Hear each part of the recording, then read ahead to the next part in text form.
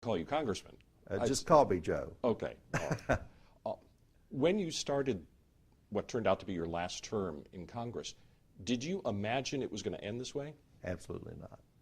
Had no reason to, because when I asked the voters to give me another opportunity to serve them, these are 2-year terms, so they come by pretty quickly. I had no idea, A, that I would ever leave Congress in the middle of a term, or B, that an opportunity to go to work for the University of Alabama system would have been even in the realm of possibilities. I was not looking to leave. I want to make that clear, Bob. I wasn't looking to leave Congress. I wasn't putting my name out. This was a call that Dr. Witt made to me in April, and I was as surprised by it probably as anyone was. What was the deciding factor in deciding to leave Congress? Well, first of all, I took a pretty quick inventory of what my goals were as a congressman. Had I accomplished what I had wanted to do? The job description of a congressman is pretty simple. It comes from the Constitution. You have to be a certain age, you have to be a resident of the state that you reside in, and you have to be a U.S. citizen. So it's not like there's a prerequisite that you have to have a political science degree or a law degree or a background in A, B, or C. One of my goals early on was to continue the constituent services, helping people who have problems with the federal government that Jack Edwards and that Sonny Callahan were legendary for. I always took great pleasure that people would call our office and say, we called one of the senator's offices or we called someplace else, but your office is the one that helped us. So I wanted to continue that level of service that people had become accustomed to. And then the other thing, as you will recall, the economy was actually, when President Bush took office from President Clinton, we were in a mild recession. It's very mild compared to what we have just recently been in the last few years. But I knew that it was really important to put my heart and soul into trying to help some of the areas of South Alabama recover from that recession and get on to a solid footing.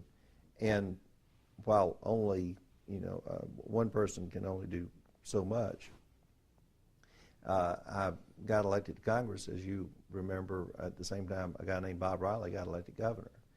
And Governor Riley was a great economic development governor, and he gave me an opportunity, quite frankly, that few members of Congress are given. And then I took advantage of it, and we worked to do some really incredible things. So part of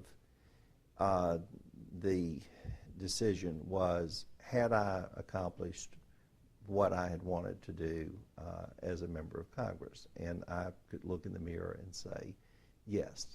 I was very proud of what we were able to do, like Airbus, like ThyssenKrupp, like Austal, the Restore Act, and other things. And then I started thinking about, well, what do you want to do going forward? And while going into higher education was not something that I had ever dreamed of, I've known Dr. Witt since really his first week when he became president of the University of Alabama a decade ago. He and my sister had a close partnership. He gave Judy the chance to work as his number 2, as his executive vice president and provost. And so Bob and Sandy have been good friends for many years, and I truly believe he's one of the most transformational figures in higher education today. If you just look at what he did on the Tuscaloosa campus during his 9 years as president, there are few public universities anywhere that can show that type of growth, not only in numbers but also in quality.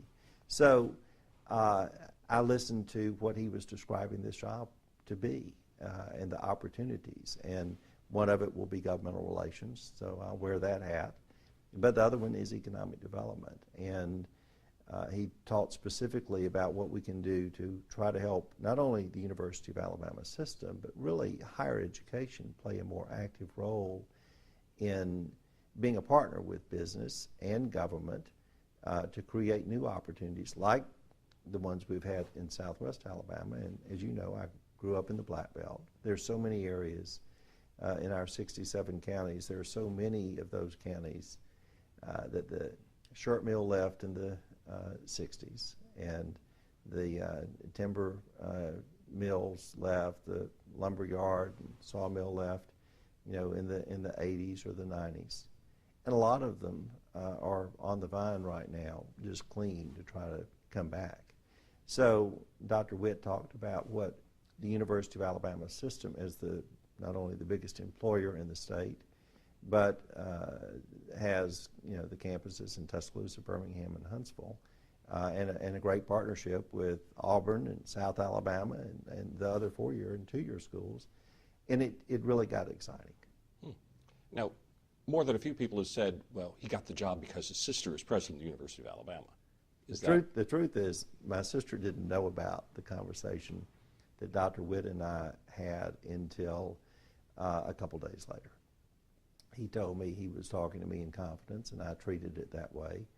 And the reality is that I will be reporting to Dr. Witt, and then we answer ultimately to the Board of Trustees, and Judy reports to Dr. Witt, as well as the president at UAH, Dr. Alton Kirk, and the president at UAB, Dr. Watts. So they are campus presidents. I work for the system. And the gospel truth is that while she was excited when I called her and told her about it, she had absolutely nothing to do with me getting the job. Actually, it was a question I had of Dr. Witt was, would there be a conflict of interest? And he assured me that there would not be. Would this job have held if you finished your term in Congress? No, they were clear that the position was open, but it could not be held indefinitely. And the reason for that is the Director of Governmental Affairs, who had been at the university for about 40 years, Bill Jones, had retired in April. I think the end of April was his last day.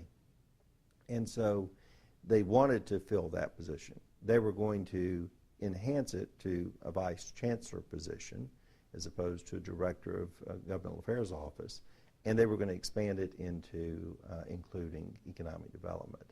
But there were two things that were made clear to me. Number one, the system is located in Tuscaloosa. That can be confusing because there's a Tuscaloosa campus as well, the main campus. But so eventually, Janae and I will move to Tuscaloosa. Lee is going to be graduating from high school this year, our daughter. So we'll stay in Mobile, and we're excited about that to let her finish. But when she graduates in May, I hope she does, if she's listening, and I think she will. Then when she goes off, she's announced that she wants to go to Alabama. So as she goes up to be a freshman, her daddy and mama and little brother will go up to keep an eye on her. You know, that's one of the perks is I get a chance to. It's a perk for me. It may not be one for her. Now, I was thinking I was going to ask you about that because nowadays with the internet, you can almost set up shop anywhere. But I suppose it's important to be geographically where the head of the university is. The system office is in Tuscaloosa. We have an office in Birmingham. We have an office in Huntsville, and I'll have an office in Montgomery too. It's interesting. The office for the University of Alabama system and Auburn, they're in the same. They share the same space. So I know that might shock people that Auburn and Alabama, because of that one day in November when those two great institutions square off against each other. But higher education in Alabama has a very strong relationship, and it has been very encouraging as I have begun to look more closely at some of the opportunities that are out there, to see where Auburn is working hand in hand with, Tuscaloosa or with UAB, or UAB's working now much more closely with South Alabama. And when President Moulton was still at South, he had begun a new avenue of friendship and relationships. It really makes sense. A state that's got 4.5 million people in it.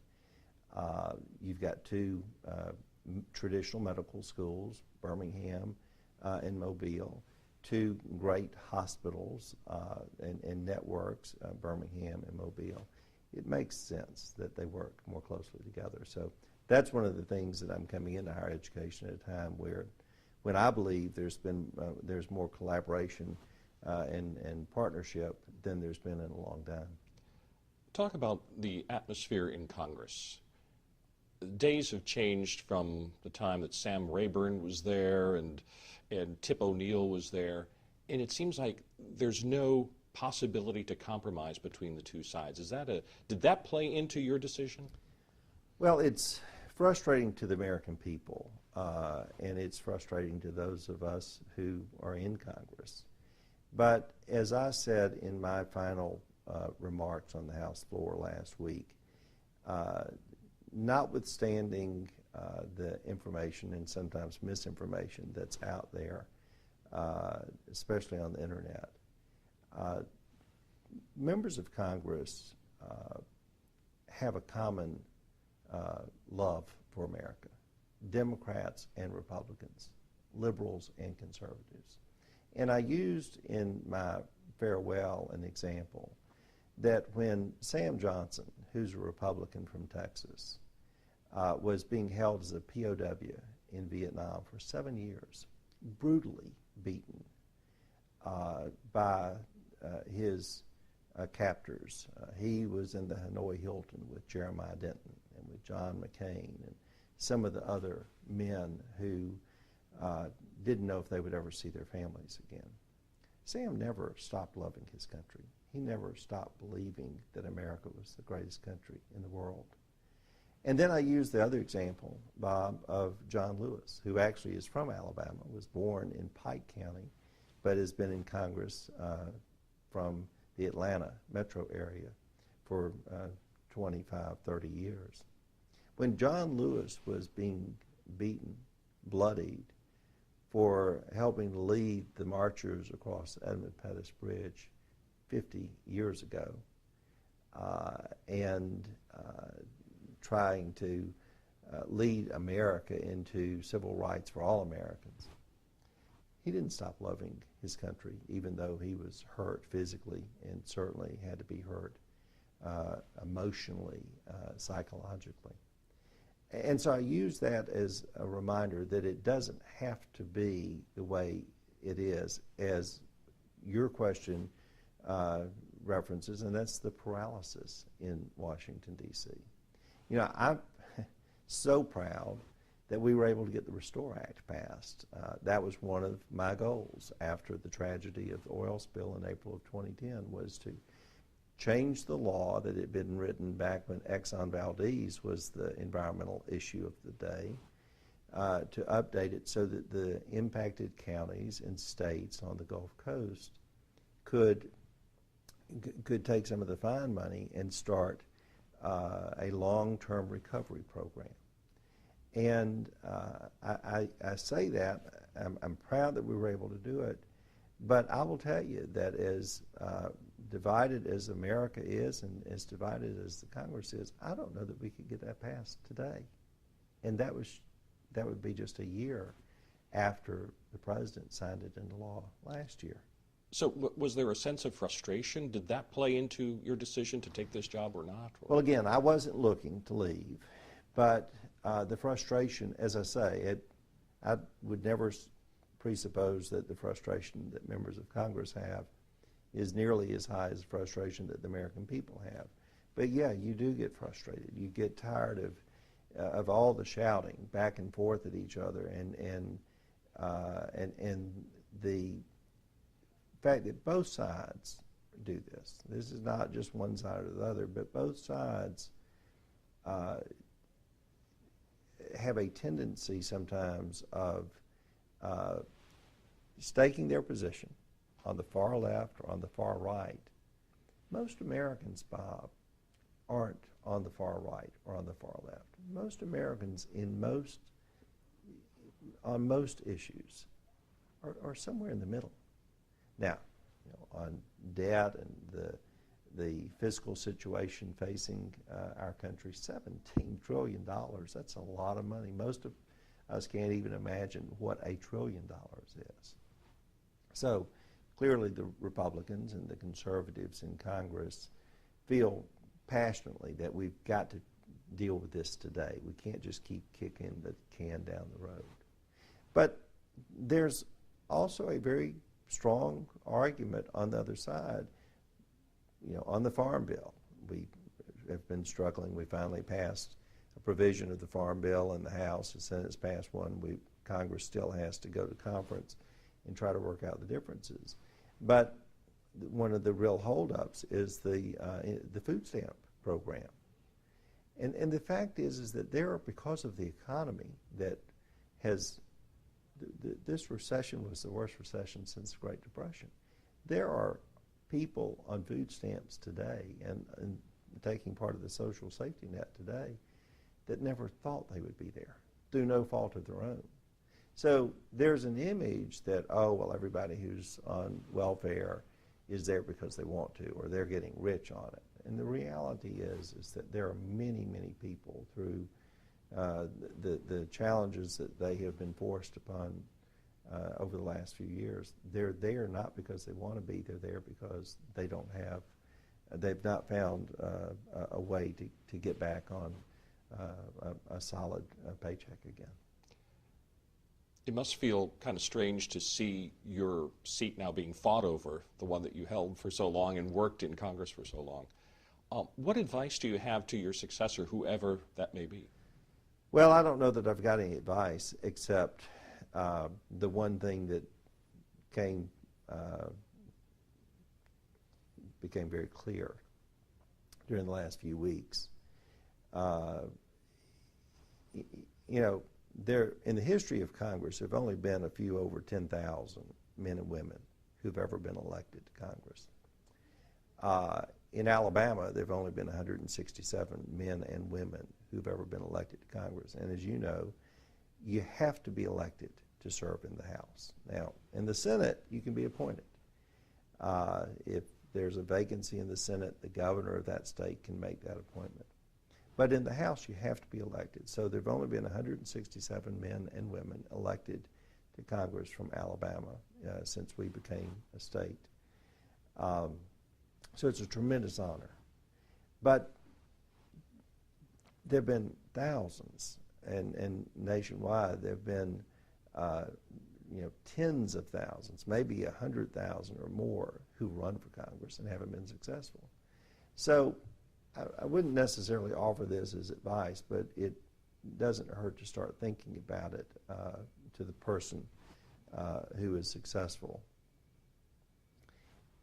As unlikely as it might be that you got elected, one thing is for certain: everyone's going to leave.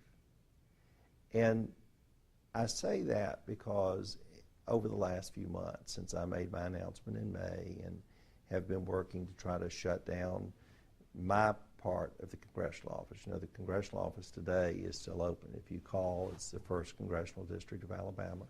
The young men and women that worked with me now are working for the clerk of the House. They're really working for us, for your viewers, and for the people who tune in every night to Fox 10, just like they were, but they no longer say Congressman Jo Bonner's office.